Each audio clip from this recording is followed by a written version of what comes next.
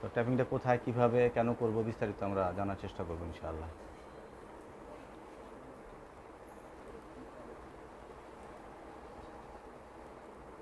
Tapping এর ডেফিনিশনটা কি বলছে?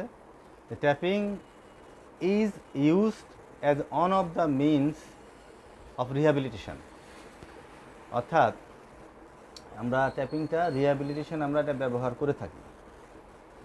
Or prophylaxis in instance where support. Prophylaxis বলতে কী বোঝাতেছি? যেমন দেখা গেল যে ভ্যাকসিন, হ্যাঁ, যেমন আমরা কুকুরের ভ্যাকসিন দিই হওয়ার আগ পর্যন্ত, প্রতিরোধমূলক। ট্যাপিংটা আমরা প্রতিরোধমূলক ব্যবস্থা করে নিতে পারি। সাপোজ একজন অ্যাথলেট, সে অনেক ভিগোরাস কাজ করবে, তার ইনজুর হইতে পারে, সে প্রতিরোধমূলক যে ট্যাপিং করে যদি সে খেলে, তাহলে এটা হওয়ার থেকে অনেক আমরা কম থাকবে, অনেকটাই রেহাই পাওয়া যাবে বা সাবধান থাকবে। অ্যান্ড হোয়ার সাপোর্ট, এবং যেখানে কী হতে পারে ইনস্ট্যান্স হোয়ার সাপোর্ট, মানে এমন একটা সাপোর্ট থাকবে, মানে একটা ওই মুহূর্তে সাপোর্ট দেবে। কথার কথা, যদি আমি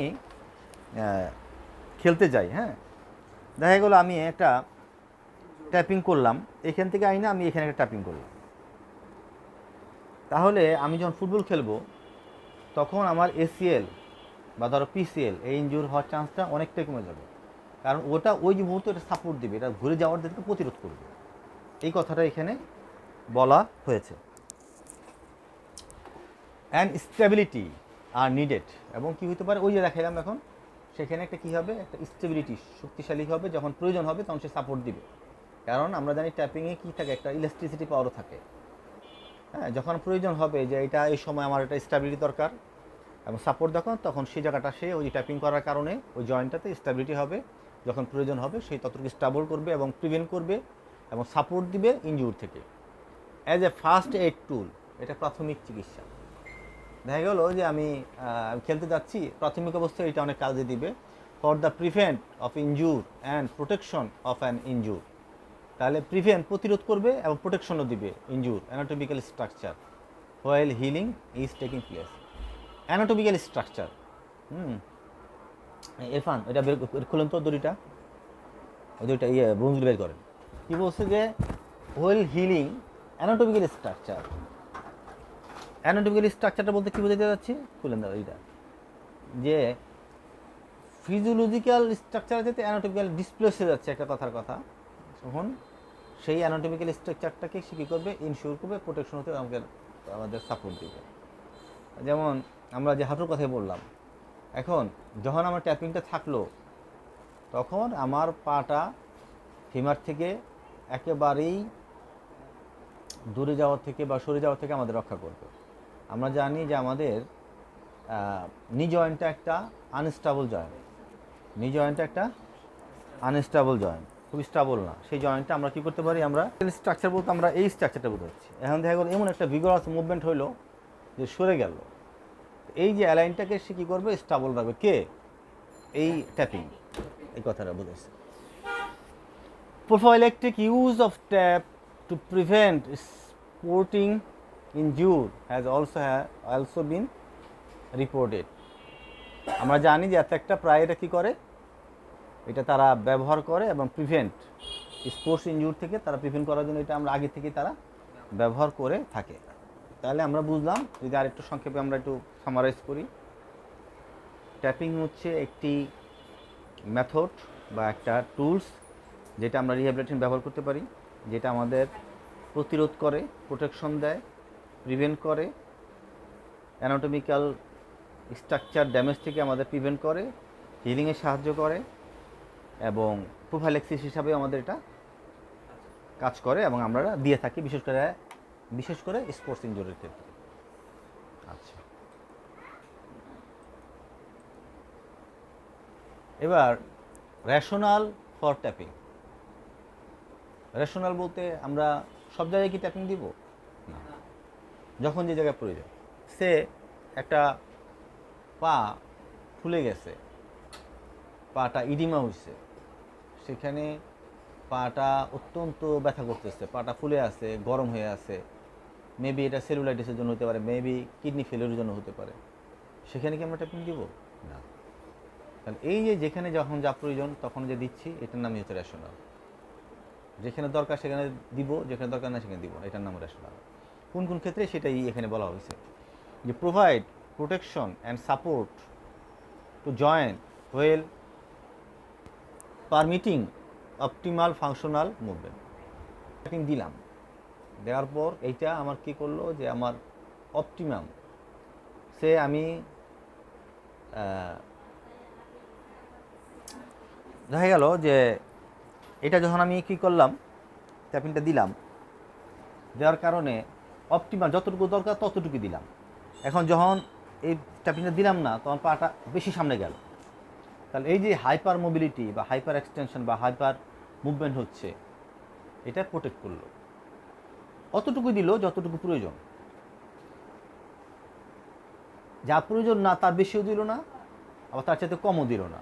এই জিনিসগুলো যদি আমি মনে করি যে এই জয়েন্টটার ক্ষেত্রে এতটুকু দেওয়া যেতে পারে এবং এই মুভমেন্টটা হবে বা এতটুকু প্রোটেক্ট করতে পারা যাবে, এটা কম হবে না বেশি হবে না, সেই সব ক্ষেত্রে আমি এই ট্যাপিংটা ব্যবহার করব।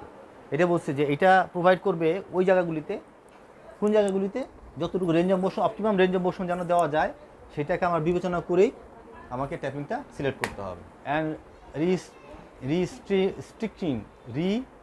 রিস্ট্রিক্টিং আনওয়ান্টেড মুভমেন্ট, রেস্ট্রিক্টিং বলছে যে reinforce ligament and রেস্ট্রিক্টিং unwanted movement. কথার অর্থ কি? অর্থ হইল যে লিগামেন্টটা আমাদের সঠিকভাবে কাজ করতেছে না, সেটাকে আমরা যদি আমরা ট্যাপিং করি তাহলে সঠিকভাবে কাজ করবে। সে যেমন ধরে দেখা যাক যে আমাদের এসিএল লিগামেন্ট, এখন এসিএল লিগামেন্ট এখান থেকে শুরু হয়ে এখানে লাগছে। এখন যদি আমি এই অ্যানাটমিক্যাল মুভমেন্ট রাখি এবং আনওয়ান্টেড মুভমেন্ট যদি আমি না করাই, তাহলে আমার লিগামেন্টটা যথাযথভাবে কাজ করতেছে এবং রিইনফোর্স করতেছে, লিগামেন্টটা সঠিকভাবে তার কার্যক্রম চালিয়ে যেতে পারতেছে। লিগামেন্টের কাজ কি? লিগামেন্টের কাজ ছিল এটাকে আমাদের সামনের দিকে আসতে দিবে না, এটাকে আমাদের হঠাৎ করে পাটা যেন বেশি সামনে না চলে যায়, এটাকে টেনে ধরে রাখতেছে এসিএল।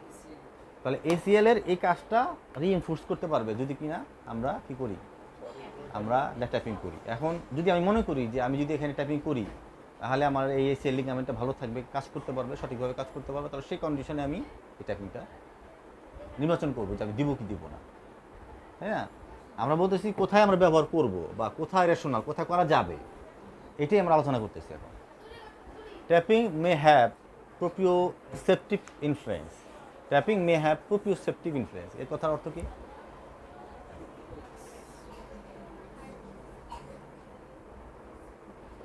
এই কথার অর্থ হচ্ছে যে আমরা জানি যে প্রোপ্রিওসেপশন এক ধরনের রিসেপ্টর, যে রিসেপ্টরটা আমাদের ব্রেনে খবর দেয়।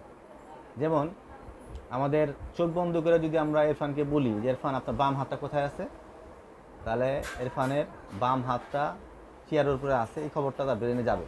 কে দিবে? প্রোপ্রিওসেপশন, জয়েন্ট থেকে যাবে। কে দিল? জয়েন্টে প্রোপ্রিওসেপশন রিসেপ্টর আছে তাই। এখন যদি আমরা মনে করি যে না, এই পায়ের এই ব্যক্তির পায়ের ঠিকমতো তার মুভমেন্ট হচ্ছে না, তার অ্যালাইন ঠিক হচ্ছে না, তখন যদি আমরা ট্যাপিংটা ব্যবহার করি তাহলে দেখা যাবে যে তার ওই পা জয়েন্টের প্রোপ্রিওসেপশন ফাংশন অ্যাক্টিভ হবে বা রিগেইন করবে। এই কারণে আমরা ওই সকলের ক্ষেত্রে প্রোপ্রিওসেপশন ফাংশন আমরা ব্যবহার করতে পারি। কম্প্রেস রিসেন্ট ইনজুর, আমরা কম্প্রেস করে রাখতে পারি রিসেন্ট ইনজুর। সে একটা ইনজুর হয়েছে, যেমন আমি এসিএল ইনজুর কথা বারবার বলতেছি, এখন যদি আমি এটা ট্যাপিং করি তাহলে এই হাঁটুটা বেশি ঘুরবে না, তাহলে এই যে রিসেন্ট ইনজুরটা হলো তা কম্প্রেস করে রাখছে, আর নতুন দিচ্ছে না, যার ফলে হিলিংটা ভালো হচ্ছে, ইনজুরটা কম আরও ক্ষতিগ্রস্ত হচ্ছে। রিডিউস ব্লিডিং অ্যান্ড সোয়েলিং, এবং সোয়েলিংটাও কমতেছে এবং ব্লিডিংটাও কমতেছে। কেন কমতেছে? ওই যে বললো আনওয়ান্টেড মুভমেন্ট হচ্ছে না।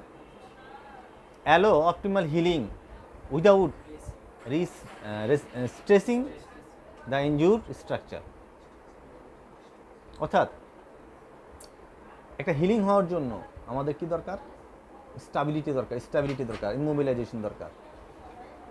এবং এই যে